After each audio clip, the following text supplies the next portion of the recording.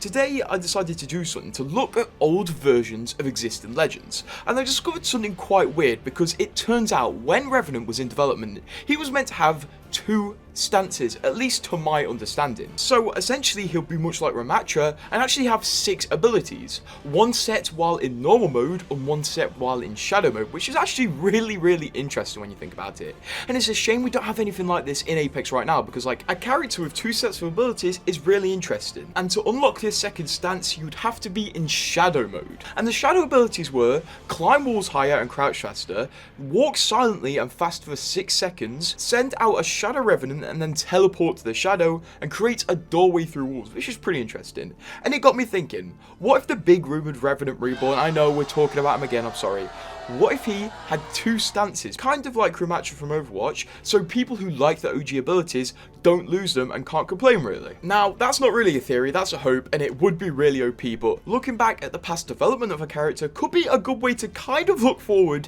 into their rework. So what do you think about stances, and do you think it would be too OP if Revenant Reborn maintained his old abilities as a stance that you could switch between, or do you think that's alright? And subscribe.